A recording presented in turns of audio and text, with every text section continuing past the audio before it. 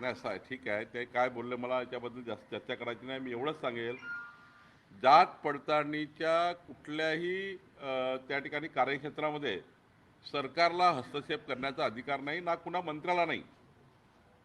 त्यामुळं जात पडताळणी हे स्वतंत्र काम करणारं त्या ठिकाणी अर्धन्यायिक प्रक्रियेमधलं एक त्या ठिकाणी हा अ, अर्धन्यायिक प्रकरणं सारखे त्या ठिकाणी त्यांना निकाल करावे लागतात. त्यामुळे जात पडताळणीवर कोणी मंत्री फोन करेल आणि त्यांचं जात पडताळणी ऐकेल असं या राज्यात होत नाही, कुठल्याही राज्यात होत नाही.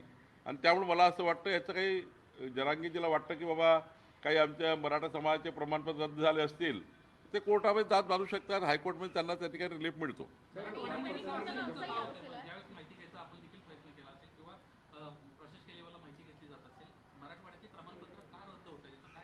आता ते जात पडताळणीला माहीत, जे काही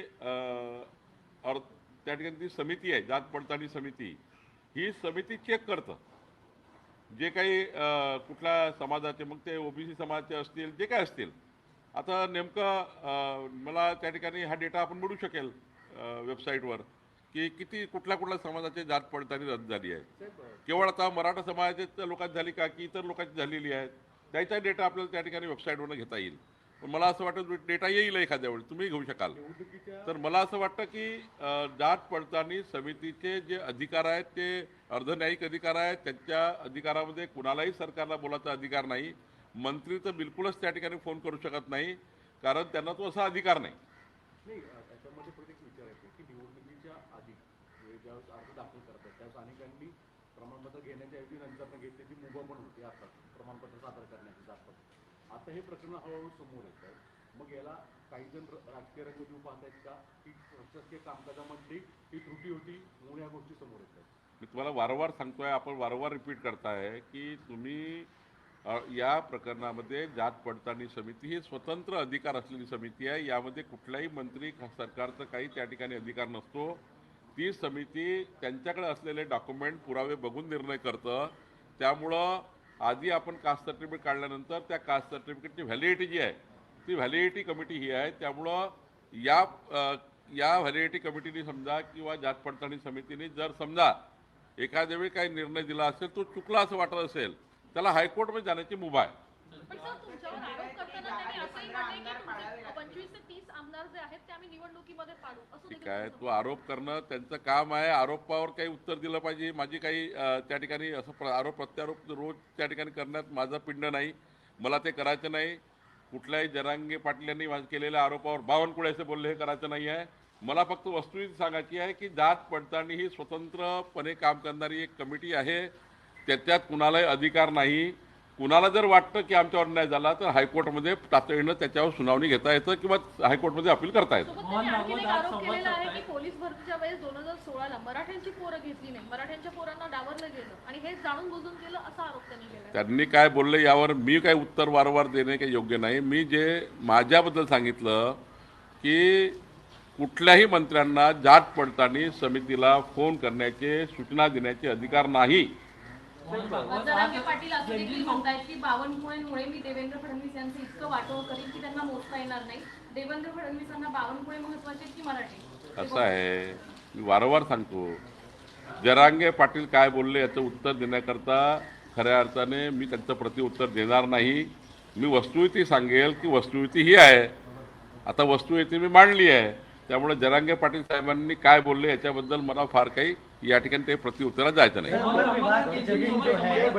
मोहन भागवत आणि जयंती सोबत संवाद साधताय. संजय राऊत म्हणतायत की जयंती हे तिथं येणारी जयंती नाही, तर भाजपच्या संघाच्या कार्यकर्त्यांची पदाधिकाऱ्यांची मुलं आहेत. तुम्हाला जर संवाद साधायचा होता तर तो दिल्लीच्या जंतर मंतर मधल्या तरुणांशी साधायला पाहिजे. संजय राऊत साहेबांना अजूनही संघ समजला नाही, त्यामुळे ते असे बोलतात.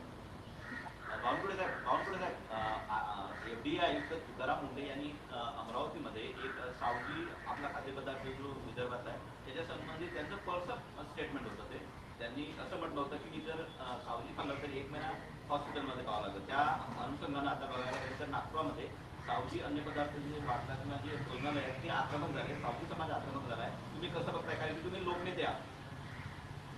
खरं तर सावजी हे जे रेस्टॉरंट आहे आमच्या विदर्भामध्ये, या ठिकाणी 3-4 पिढ्यापासून असे रेस्टॉरंट सुरू आहे.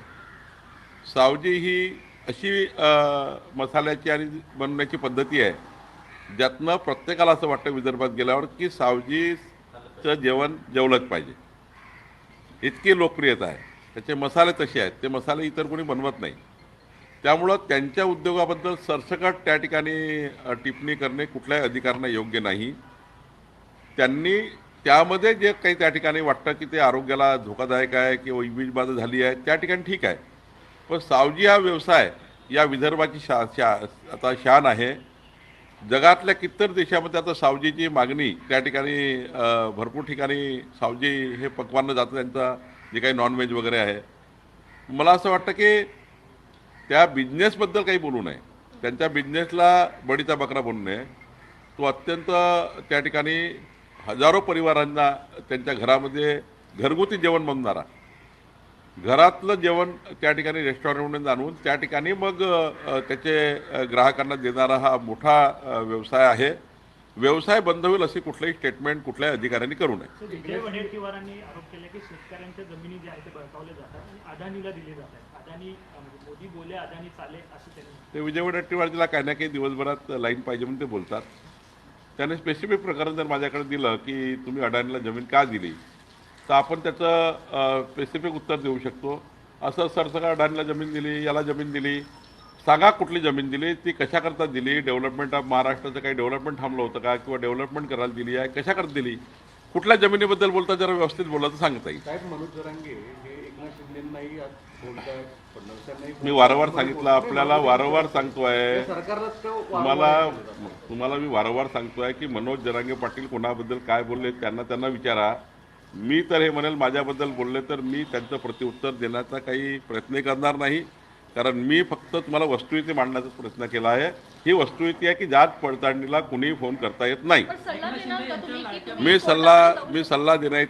मी सल्ला देण्याइतका मोठा माणूस नाही आणि त्यामुळे मी सल्लाही देणार नाही. एकनाथ शिंदे यांच्या लाडक्या बहीण योजनेमुळे भाजप सत्तेत आली आणि भाजप विरोधकांना संपवण्यापेक्षा आता मित्र पक्षाला संपवते, असं त्यांना करू नये असं रवींद्र दंगेकर म्हणतात. हा, मी तुम्हाला सांगतो ना, काही लोकांना अशी बोलायची सवय लागली आहे.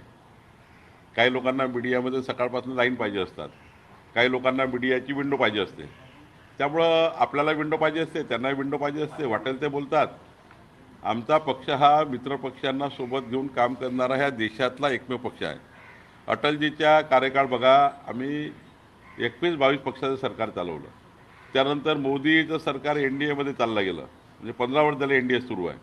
आणि महाराष्ट्रात तर बघा 35 वर्ष आम्ही शिवसेना भाजपा युती या ठिकाणी चालवलेली आहे.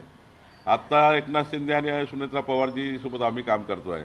आम्ही कधीही मित्रपक्षाला कुठलंही त्या ठिकाणी त्याची त्यांना कमी करण्याचं काम करणार नाही. मित्रपक्षाला कशी बळकटी देता येईल, मित्रपक्षाला कशी बळकटी देता येईल असं काम भारतीय जनता पार्टीच्या अजेंड्यावर आहे. आम्ही रोज करतो आहे. मित्रपक्षाला सोबत घेऊनच सरकार चालू शकतं, ह्या भूमिकेशी मी सहमत आहे. महाराष्ट्रातसुद्धा 13 पक्षाच्या युतीचं आमचं सरकार आहे, त्यांनासुद्धा आम्ही सोबत घेऊन काम करतो आहे.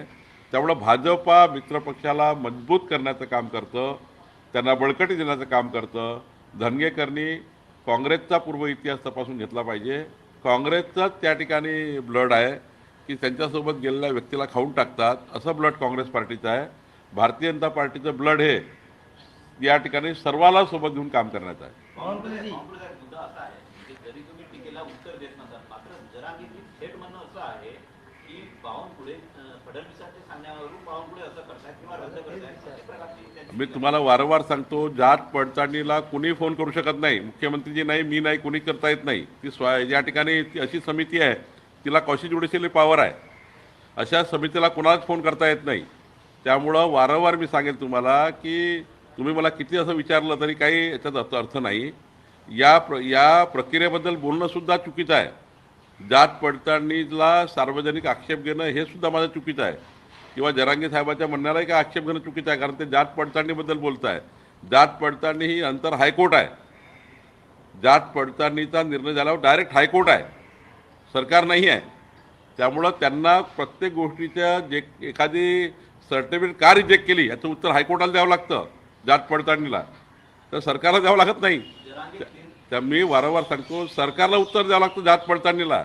एखादी केस कोर्टात दिली आणि त्यांनाही माहिती असतं जात पडताळणीला की हे केस कोर्टात जाणार आहे, त्यामुळे कोर्टात त्या ठिकाणी त्यांचे उत्तर जात असतात. त्यामुळे याच्यामध्ये सरकारचा काही संबंध नाही आहे, कुठलाच संबंध येत नाही.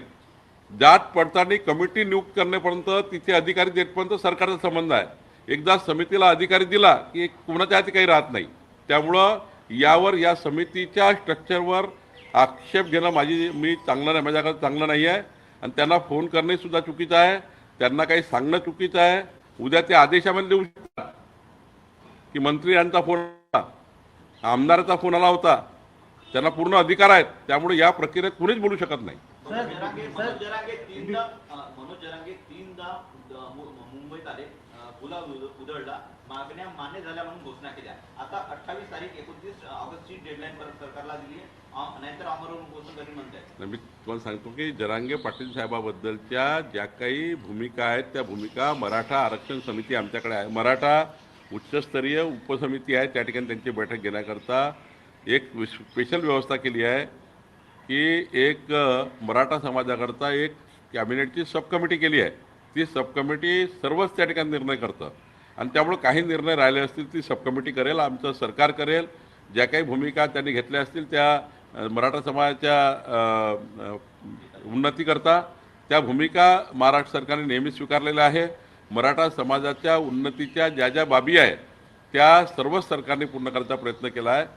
पुढच्या काळात जर काही बाबी राहिल्या असतील तर पुन्हा सरकार चर्चा करेल.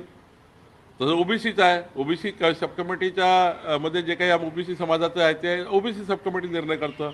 त्यामुळं या राज्यामध्ये दोन्ही समाज सारखे राहावे, ओबीसीचे हक्क ओबीसीला मिळावे, मराठा समाजाचे हक्क मराठा समाजाला मिळावे, या ताटातलं त्या ताटात जाऊ नये, ही भूमिका आमची आहे. त्यामुळं कुणी याच्याबद्दल सरकारच्या भूमिकेबद्दल शंका घेण्याची गरज नाही.